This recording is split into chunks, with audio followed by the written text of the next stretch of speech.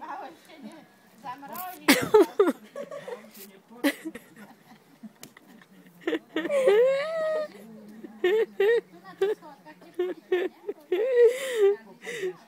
Ciociu, a ja matce powiedziałam, że bo Irek mi tak kazał, że tata z wody nie wychodzi wcale. A no tak, to musisz zdjęcie zrobić. No, to... I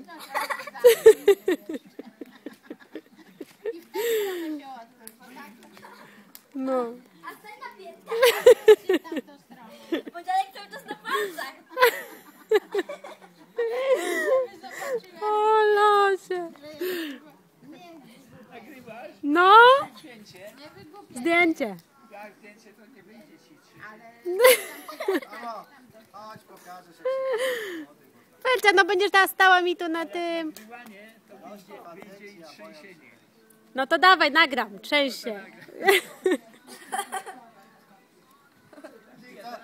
Ja myślałem, że mam problem z kobietą. Tato, teraz to raczej jak paralityk wyglądasz.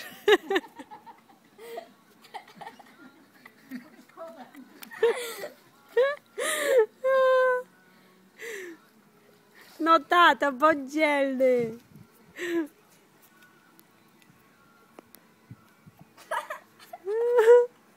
Jak baletnica.